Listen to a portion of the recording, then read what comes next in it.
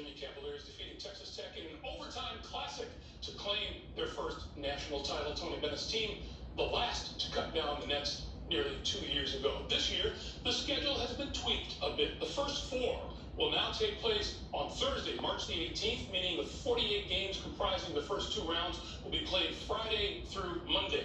The Sweet 16 will be the weekend of the 27th and the 28th.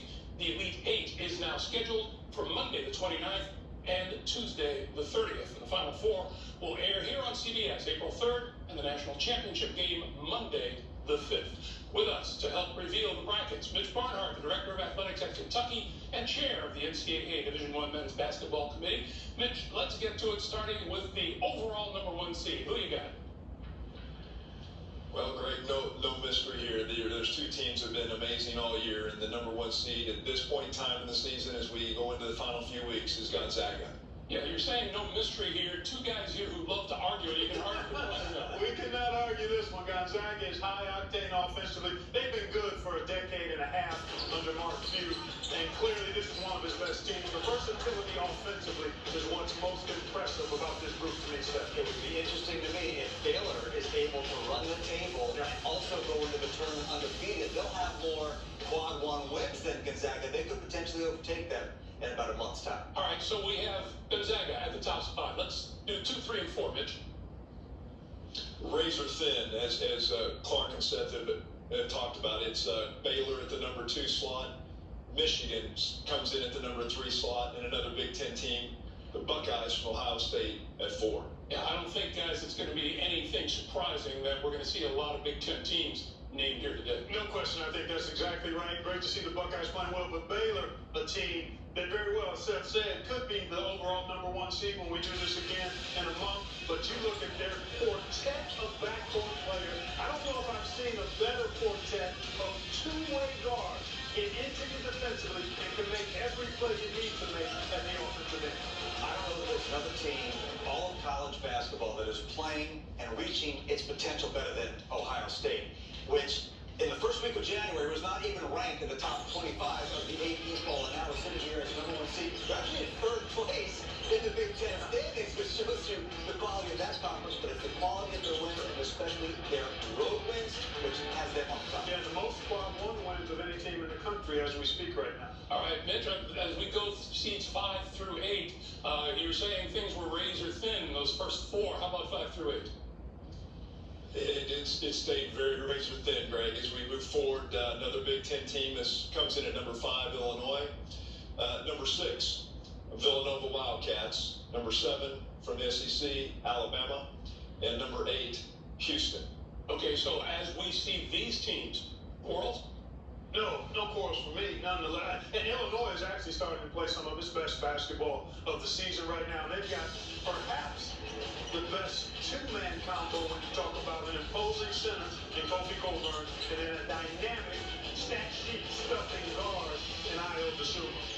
I wouldn't be surprised to see Houston in a similar way to Gonzaga, maybe getting overtaken by other teams having more quality wins. But how about what NATO is doing in Tuscaloosa? Alabama, again, a team that was unranked in the middle of January and now is well in first place in the SEC, the best three-point shooting team in that conference, and ranked #1 in the country in defensive efficiency. When you hit threes and you guard, you're going to win a lot of games. Mitch, I know that these things are very subject to change. I'm wondering if you're looking ahead and seeing how this will actually change when it comes down to it on Selection Sunday. Oh, absolutely. I think that we've talked about it all the time. I'll never forget Mark Hollis and the visual that he had 5 years ago when we started this. 1,000 games left to play. It's so much to do. But at this point, this snapshot and given the circumstances we're in and the resumes, these teams are very worthy and they're wonderful to talk about and gives us some great ability to look ahead at some great matchups. Again, there's some tomorrow and as we begin the last 4 weeks of the regular season and tournaments as we get to March 9th and the committee convenes in Indianapolis. You're right, we do have lots to talk about. The review continues. A look at seeds 9 through 16 when the NCAA March Madness bracket preview continues after this.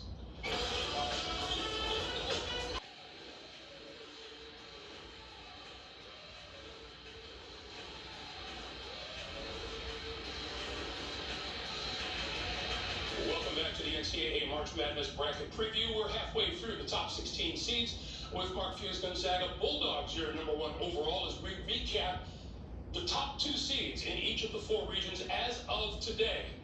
The number 1 seed overall, said Gonzaga. Number 2 is Baylor. Number 3 is Michigan. And number 4 is Ohio State. The second 4. Number 5 is Illinois in Region 2. Number 6 is Villanova. Number 7 is Alabama. And number 8 is Houston. And we're saying region for the moment, Seth. Right. Everyone is in Indiana, so the normal geographic regions don't apply. So for the purpose of this show, we're calling it 1, 2, 3, and 4. But by the time we get to the tournament, they will not have those. Subject to change, we call that wet cement, partner. There you not anchored in yet. All right, Mitch, let's continue the reveal now and move on to seeds 9 through 12.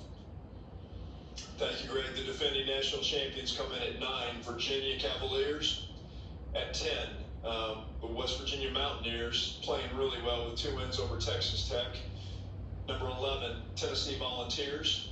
And number 12 from the Big 12, Oklahoma Sooners. All right, so as we see this set of 4 teams, anything there surprising you? Nothing surprising me, but I've got my eye on these West Virginia Mountaineers. You know, the last time they got to the Final Four led by Deshaun Butler, 2010, was in Indianapolis. This may be Bob Huggins' best offensive team since then. When you look at Miles McBride, Haz Sherman, Derek Culver inside, great offensive balance, not nearly as sandpaper-like defensively, but offensively, this is a very good West Virginia team. I'm loving these Tennessee Volunteers, the number 3 seed in Region 2, not only because of what they've done for them, I think they're about to do it because Rick Barnes put his 2 freshmen into the starting lineup, Keon Johnson and James Springer.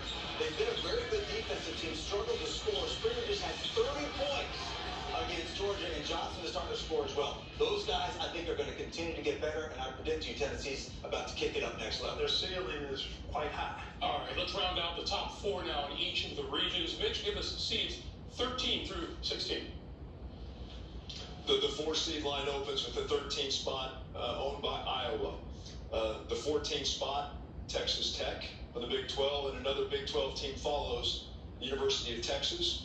And rounding out the 16 reveal is Missouri, University of Missouri, in the 16th spot. Seth, I know you like someone everywhere. What do you like? Yeah, no, I like them all. But to me, the Missouri Tigers, not only are they a good team, but they really exemplify what's happening in college basketball this season. There are some usual suspects that we're used to seeing on this board who aren't there because they're young and inexperienced. But Missouri is a team, they're older, and they have continuity in terms of what they've had in the past. Conzo Martin's done a great job developing his talent. They're old, they're tough, and they play great defense. That's why they are where they are. Jeff, you're spot on in terms of the maturity factor being such a significant component in teams that are excelling or surprising. And Missouri would be one. Texas would be another. When you talk about what they were projected to be coming into this season and what Shaka Smart's team has been able to do. Actually, about 34 weeks ago, they were playing as well as anybody in the country. Get a little bit of a speed bump, but they've got depth, they've got size, they've got maturity in the backcourt, and they've got really good athleticism, have improved defensively significantly. Mitch, I know there are always ifs, ands, and buts, but in these top 16, did you see any areas that things might have changed along the way?